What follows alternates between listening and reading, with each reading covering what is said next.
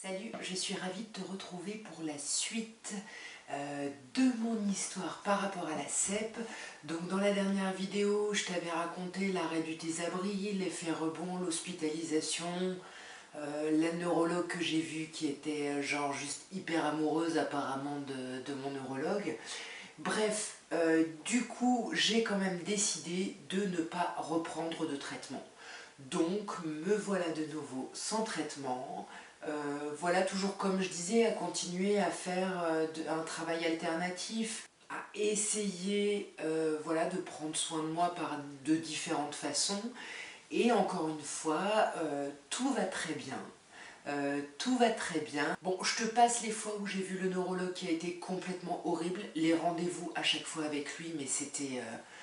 c'était dur quoi. J'ai commencé à me conditionner avant d'aller le voir parce que en fait, on n'arrive pas à communiquer en fait. Il est dans son espèce de surpuissance de neurologue. Il n'est pas du tout à l'écoute de son patient. D'ailleurs, je te ferai une vidéo sur Bernie Siegel qui parle de ça et qui dit qu'en fait, il faut que les médecins ils intègrent le fait que le patient peut avoir un rôle à jouer dans sa propre guérison. Et lui, il est plutôt dans le truc un peu à l'ancienne, quoi. Je sais tout, il faut que tu fasses comme je dis. Enfin, c'est trop chelou en fait. Donc tout va bien. Alors attends, je prends mes notes parce que franchement, je commence à plus me souvenir de tout parce que là, je suis quand même en train de te résumer 10 ans de CEP. J'ai refait une IRM et voilà, j'ai vu mon généraliste il y a 2 jours qui m'a dit que en fait j'avais des nouvelles plaques. Après c'est aussi la première fois que je fais un IRM, je sais plus comment on appelle ça, fin de la colonne. Et là aussi il y a des nouvelles plaques et voilà, se repose la question du traitement. Moi je crois que j'étais mieux sans traitement. J'ai eu une perte de sensation voilà, sur tout le côté droit du visage. Et j'ai essayé de travailler dessus et j'étais assez contente parce que ben, ces symptômes sont partis en une semaine. Et pour moi c'était un peu une victoire, sauf que là je sais pas trop en fait si c'est vraiment une vraie victoire parce que j'ai quand même eu des symptômes et que j'ai l'impression d'avoir une putain d'épée de Damoclès au-dessus de la tête. Et en gros, voilà, soit je reprends un traitement par sécurité, quelque chose qui ne me correspond pas et on sait voilà, que l'effet nocebo peut être assez important et peut-être aussi efficace entre guillemets que l'effet placebo. Ou alors je continue dans ma lancée et je prends le risque que toutes ces plaques qui ne sont pas actives se réactivent et là avec des problématiques un peu plus voilà, qui peuvent craindre en fait. Parce que c'est quand même un peu flippant et que c'est des plaques au niveau de la sensibilité, au niveau de l'élocution, de la mémoire, de la compréhension, des trucs qui au quotidien peuvent quand même vachement m'handicaper.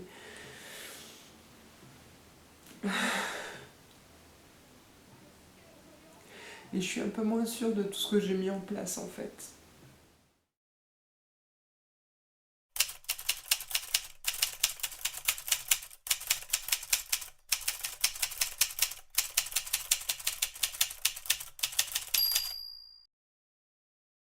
Le dernier rendez-vous que j'ai eu avec le neurologue, c'était en juin dernier. Au niveau de mon IRM, ça montrait de nouvelles plaques, mais qui ne prenaient pas le produit de contraste. Le neurologue, donc je ne prends plus de traitement alternatif, a enfin compris, parce qu'évidemment lui préfère que j'en prenne un, que j'étais mieux comme ça, que j'avais un meilleur confort de vie. Il m'a fait faire des tests de dextérité et de marche. Donc les tests de dextérité, en fait, c'est des espèces de petits bâtons que tu dois mettre dans des petits trous, en fait, un peu comme les trucs des enfants, où tu dois mettre les carrés dans les carrés, les triangles dans les triangles. Sauf que là, c'est que des petits bâtons, tu dois les mettre et les enlever, et tu es chronométré. Et ensuite, tu as un test de marche, donc tu marches pendant je sais pas combien de temps, et du coup, il calcule ta marche. Et l'infirmière qui m'a fait ces tests m'a d'ailleurs dit que j'avais battu le record de la semaine, je crois, ou je sais plus, et j'étais super contente. Du coup, ce qui a aussi prouvé au neurologue que ça allait plutôt bien. Euh, voilà, j'avais pas de symptômes particuliers, enfin ça allait plutôt bien quoi. Mais j'avais quand même ces plaques. Et j'ai donc refait une poussée, je crois que c'était en juin 2018, parce qu'à cette époque-là, je suis partie faire une formation de comédienne. Et je me souviens que là, j'avais pas été traitée par bolus de solu-médrol, mais maintenant, en fait, le médrol, on te le donne par cachet. Genre, tu te prends 10 cachets par jour pendant 3 jours. Et d'ailleurs, je vais te montrer, j'ai essayé de faire un bout de vidéo là-dessus. Voilà, c'est le matin. Du coup, voilà, je me réveille. C'est le deuxième jour après la fin de ma prise de corticothérapie. Donc j'ai the moon face, j'ai le visage tout rond, un peu tout gonflé. Je pense que j'ai dû manger des trucs un peu trop salés ou trop sucrés. Voilà, j'en chie un peu ce matin, c'est un peu dur. Je me sens mouliné. Voilà, le corps un peu mouliné. Je vais commencer ma formation ce matin, donc je suis ravie de faire ma formation, mais c'est vrai que je me sens un peu... C'est un peu dur ce matin. Voilà, à suivre. Et on est le 20 mai. Alors aujourd'hui, on est le mardi 21 mai. Du coup, c'est le troisième jour après l'arrêt de la corticothérapie. Bon, voilà, ça fait 2 nuits que je m'endors, genre à 9 h du soir, je suis épuisée. Hier, j'avais l'impression, hier soir, d'être complètement moulinée. Alors, on m'a jamais tabassée, mais je me dis que ça doit faire ça. Et voilà, et ce matin, je galère, j'ai très peu d'énergie et c'est un peu dur, là, j'ai l'impression d'avoir un poids là sur les épaules, c'est pas évident. Donc voilà, deuxième jour de stage, on va voir. J'ai la tête en vrac, j'ai mal à la tête et comme dans du coton, comme si je faisais une chute de tension. On est encore le mardi 21 mai, il est 21h52 et c'était juste un peu aussi pour parler de la journée. Du coup, je suis allée à pied à la formation, donc c'est à peu près 35-40 minutes. Hier aussi, j'y suis allée à pied. Voilà, alors j'arrive quand même plutôt bien, j'arrivais bien à marcher. Euh, mais voilà, j'étais en nage, j'étais fatiguée, c'était un peu... Mais j'étais contente de l'avoir fait. Bref, la formation commence et là, pendant le training, je me suis sentie mal. J'avais l'impression de galérer à marcher, que avant ça tremblait et que là, ça déraillait. C'était pas sur le bon rail. Alors aujourd'hui, on est le jeudi 23 mai. Hier, j'ai pas réussi à m'endormir. Bref, j'ai presque pas dormi. Ce matin, c'était genre hyper dur. J'ai galéré. Donc j'y suis allée en tram aujourd'hui. Mais finalement, en fait, ça allait plutôt bien pendant la formation. Enfin, pendant l'échauffement et tout ça, j'avais l'impression de commencer à sentir de moins en moins de tension par rapport aux autres jours. Et voilà, là ce soir ça va. En fait, j'ai l'impression qu'aujourd'hui c'est un peu le premier jour où ça commence à aller, j'ai un peu la patate. Alors il y a un truc qui a changé aussi, j'ai recommencé à prendre le plasma de Quinton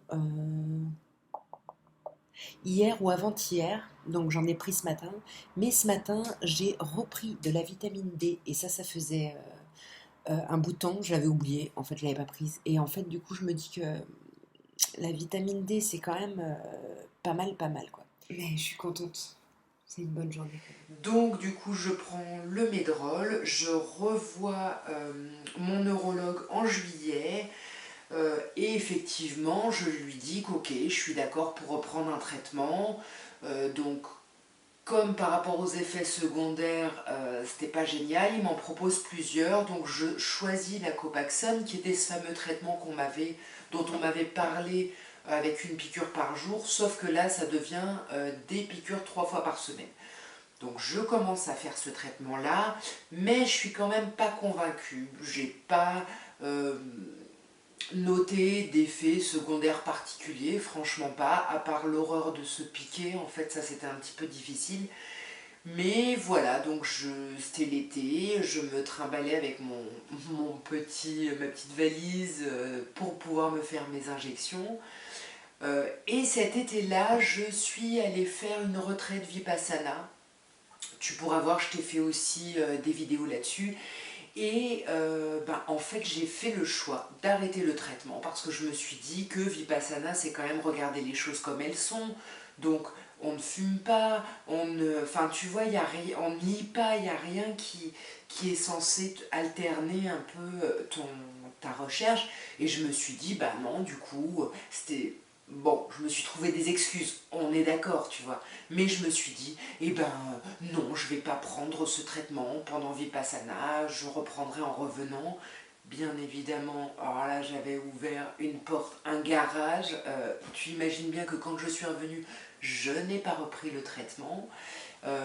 Et donc j'avais rendez-vous avec le neurologue, quand est-ce que c'était? Donc la Copaxone, je crois que je l'ai commencé en juillet, donc je l'ai arrêté en août. Et après, j'ai revu le neurologue. Alors, bon, je ne sais plus trop ce qui s'est passé entre-temps. Je sais que quand je l'ai revu, il m'a présenté plein d'autres traitements. Euh, et j'arrive pas à me souvenir pourquoi j'ai pas choisi ces traitements. J'ai choisi de reprendre le Tisabri parce que je le connaissais, que voilà les effets secondaires. Je me suis dit peut-être qu'ils ont raison, c'est peut-être pas, même s'ils ont disparu à l'arrêt de ce traitement, peut-être qu'il n'y a pas de lien, ou voilà, je sais pas. Bref, j'accepte de reprendre le Tisabri. Donc me voilà reparti sous Tisabri et suspense, tous mes effets secondaires reviennent. Donc on me dit encore que non. Enfin, enfin, faut pas être débile. Je prends un traitement, j'ai des effets secondaires, j'arrête le traitement, je n'ai plus ces effets-là, je reprends le traitement, 2 ans après, 3 ans après, j'ai de nouveau ces effets-là. Enfin bon, bref, mais le neurologue ne m'écoute pas, donc je continue à prendre le traitement. Et là, moi, je commence à péter un câble en fait. Parce que du coup, ouais, une fois par mois, d'accord, c'est cool, mais en fait, c'est horrible en fait, tous les effets, donc rebelote, les effets secondaires. C'est difficile d'en parler avec mon neurologue. Par contre, donc comme je disais, à chaque fois que tu fais le Tisabri, tu vois un neurologue avant de valider la perfusion. Et là, j'ai rencontré un autre neurologue et c'était assez chouette parce qu'avec lui, je pouvais parler. Il reste dans sa position de neurologue, il n'y a pas de souci et je le comprends et je l'accepte, mais j'arrivais à échanger avec lui. Du coup, c'était assez chouette. J'en parlais à une infirmière qui me dit, bah du coup, change de neurologue pour lui. Puis je sais pas, je le sentais pas. Puis elle me voit un peu hésitante, elle me dit, bah écoute, je vais demander pour toi. Et elle lui demande, et donc le neurologue est venu me voir en me disant bah, que ça le flattait, ou je sais pas quoi, bref, que j'ai dit ça, mais que ça se faisait pas, genre on se vole pas les patients quoi. En plus, mon neurologue c'est quand même je crois le responsable de service, donc je pense que oui, je comprends qu'il n'ait pas trop envie de se mettre à dos, mais bon voilà, en fait ça se fait pas trop. Donc je reste avec mon neurologue, celui qui me suit officiellement, mais j'ai commencé à prendre mes rendez-vous pour le Tisabri le jour où il y avait cet autre neurologue avec qui je pouvais effectivement discuter. Donc là, moi, les effets secondaires, ça devenait horrible. On a parlé d'autres traitements. J'avoue que j'ai pas re-regardé les traitements. J'ai pas regardé pourquoi la première fois j'avais refusé celui-là, mais il m'a proposé l'Ocrevus, qui est en gros le traitement, c'est tous les 6 mois je crois, et peut-être après tous les 1 an. Enfin, je te dis, j'ai même pas re-regardé et j'avais... Voilà, donc j'ai accepté ça. Donc là, en fait, j'ai fait ma dernière perfusion de Tisabri la semaine dernière. Puisque en fait j'ai pas pu arrêter le Tisabri parce qu'il fallait pas que je sois sans rien, bref. Et je commence donc le mois prochain, en mars 2021, le nouveau traitement à l'Ocrevus. Alors là, on m'a proposé de faire des vaccins, donc le vaccin du pneumocoque, le vaccin de la grippe, Le vaccin de la grippe, je l'ai refusé. J'ai commencé à faire le vaccin du pneumocoque parce que bon, je crois qu'au niveau des effets secondaires, ça peut te faire des trucs au niveau pulmonaire ou autre, enfin bref. Et voilà. En fait, j'ai trouvé après pourquoi j'avais pas voulu prendre ce traitement, parce qu'en fait avec ce traitement tu ne peux pas avoir d'enfant, tu dois prendre un contraceptif. Alors moi j'ai pas d'enfant, j'ai 38 ans, très honnêtement je ne sais pas si j'aurai des enfants, si j'en veux vraiment, enfin je suis encore dans l'hésitation, mais bah, je peux me permettre d'être encore dans l'hésitation, tu vois, sauf que quand on te dit en fait bah là, vu que ce traitement c'est ad vitam aeternam et qu'apparemment il faut 1 an d'arrêt avant de pouvoir envisager ça, en fait tu te dis ben c'est mort quoi, enfin je pourrais pas avoir d'enfant, et en fait de penser pouvoir, parce que c'est pas parce que logiquement tu peux que tu arrives, mais de penser pouvoir avoir un enfant et ne pas avoir à se décider et avoir une espèce de deadline genre est-ce que t'en veux ou pas, bah du coup ça me perturbe. Je vais quand même prendre ce traitement, je vais quand même l'essayer. D'autant plus qu'en fait j'ai fait une IRM donc du crâne et de la moelle il y a quelques jours. Et en fait en ce moment je me sens pas très bien, je sens des faiblesses au niveau des jambes, j'ai un peu du mal au niveau de, de ma sensibilité, enfin je suis très fatiguée. Voilà, donc du coup j'ai demandé à ce qu'on me dise si j'avais voilà, si j'avais des plaques actives pour savoir si éventuellement est-ce que je suis en poussée ou pas, est-ce qu'il faut que je déclenche les bolus, un peu le traitement d'urgence quoi. Donc j'ai vu une super gentille femme qui est venue me voir pour m'expliquer que j'avais 3 nouvelles plaques mais qu'elle n'était pas active. Donc je sais, pour le neurologue c'est pas grave, parce que le neurologue il m'avait carrément dit bon bah en fait c'est pas utile de faire l'IRM, et c'est moi qui lui ai dit ben si, parce que lui il me dit en fait l'IRM c'est juste pour faire une base par rapport au tisabri pour voir comment ça évolue, sauf que moi je sens des trucs, il se passe des choses en fait, enfin ils te disent qu'il faut 6 mois avant que le tisabri il fonctionne entre guillemets. Et ben moi j'ai des trucs, j'aimerais bien savoir en fait où j'en suis, donc c'est pour ça qu'on a gardé cette IRM là. Donc voilà, là je me sens un peu paumée en fait. Je vais essayer du coup pour la suite de faire des vidéos un peu plus régulières pour essayer de voir un petit peu comment, ben voilà, comment ça se passe pour moi avec l'Ocrevus.